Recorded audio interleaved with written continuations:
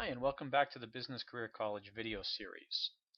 In this set of videos, we're going to look at health and dental insurance. Now, we're pretty fortunate in Canada as far as our health and dental expenses go, in that it is fairly unusual for somebody to end up with a very large bill for their health expenses. Generally speaking, if I go into the hospital for something that's medically necessary, then I'm going to walk out with no bill at all, or potentially a small bill for things like use of a private or semi-private room or parking or something like that, but relatively inexpensive. Now, this is sometimes also referred to as major medical insurance. You'll sometimes see the term major medical or extended health care as well.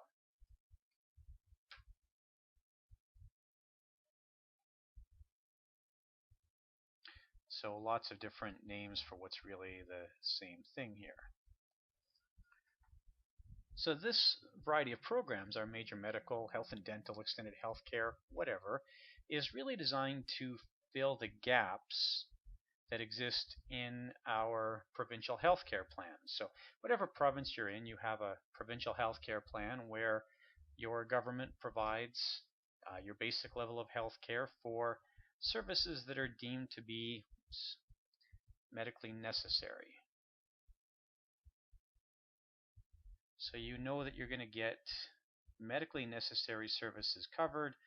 That's generally things related to a stay in the hospital, some surprising things that aren't necessarily covered. One of the things that's often a shock the first time you have to pay for it yourself is, for example, getting to the hospital in an ambulance is not generally covered under a provincial healthcare plan. You might end up with, as I mentioned, a bill for a semi-private or private room while you're in the hospital, so you want some enhanced services. Semi-private or private accommodations are a good example of something you're going to pay for. Prosthetics are generally not covered, and that includes all sorts of assistive devices that may not be covered. If you want, generally a very basic type of artificial limb would be covered, but then things like nicer artificial limbs or hearing aids or the like are not necessarily going to be covered. In some provinces, diabetic supplies may not be covered. Unless you get them very specifically in the hospital as part of a regular treatment regime, your prescription drugs are not going to be covered. And we could go on with the list. There's all kinds of things. Most of your paramedical services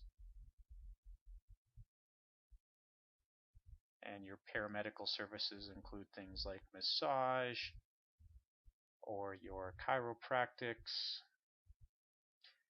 holistic medicine, that whole range of stuff. And then, of course, most vision care is not covered. There are exceptions for children and for seniors, but for the most part, vision care is not covered, and most dental care is not covered either. Now, there is a range of other services that are excluded generally from your provincial plan. Cosmetic surgery is generally not covered unless it's medically necessary, and elective procedures are also generally not covered.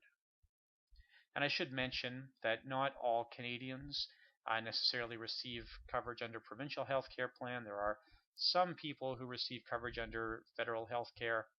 Generally speaking, that applies to status Indians as well as members of the armed forces and the RCMP.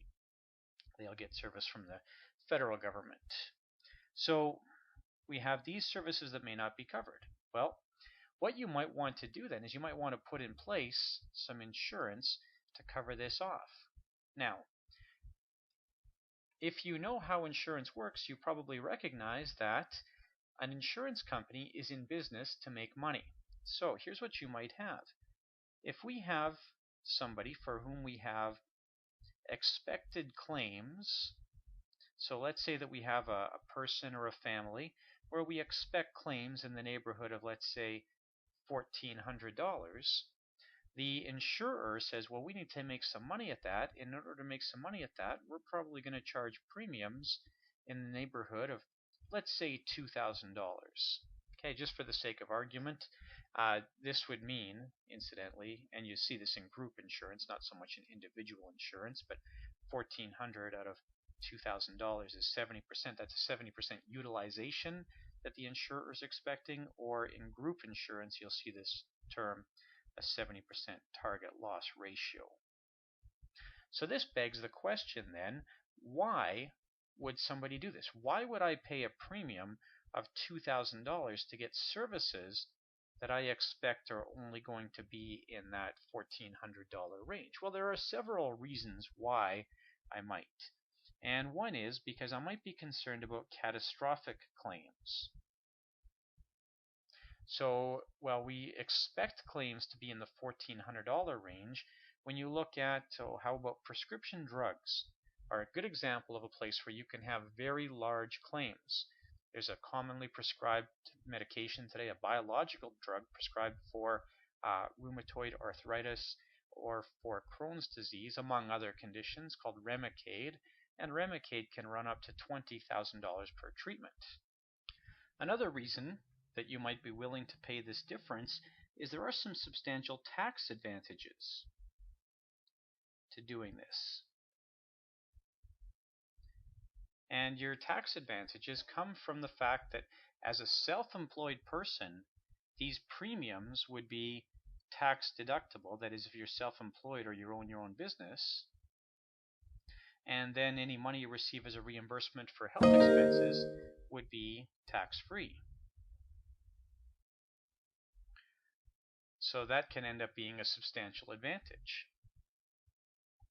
There is a third reason, and it might be that you prefer to spread your health expenses evenly over a period of time. That is, this can be effective for budgeting purposes. Now, this leads to some questions as well.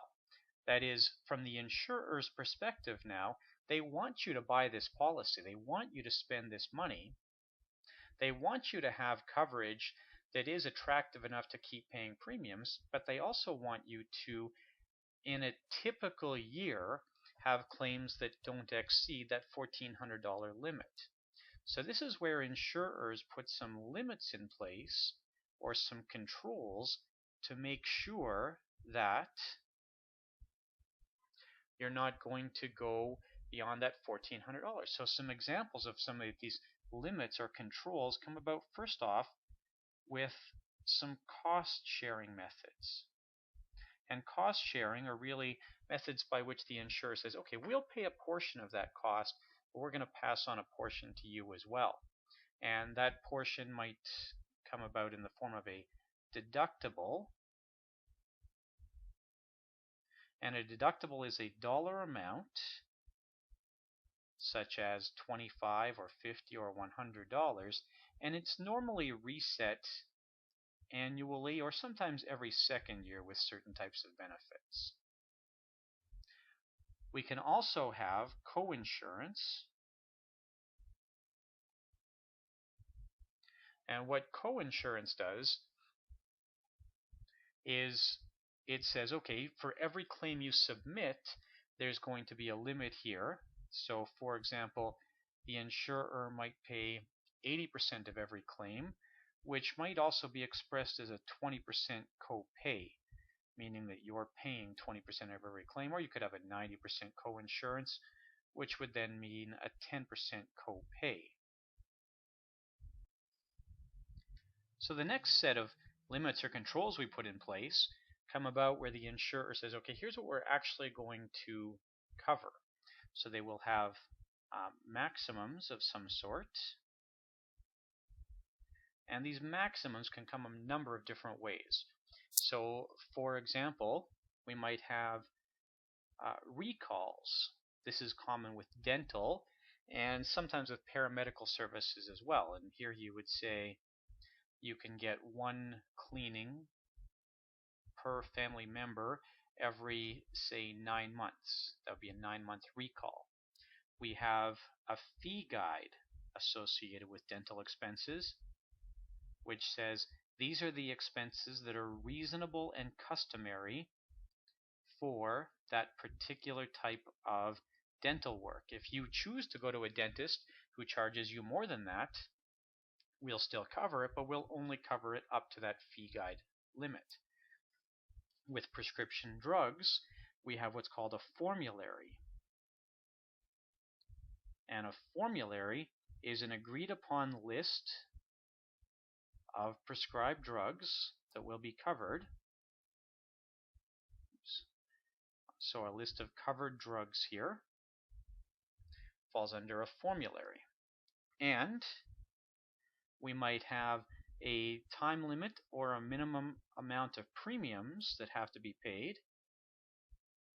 So for example, you might have to pay 2 years of premiums before you have ortho coverage, before you can get any orthodontic coverage.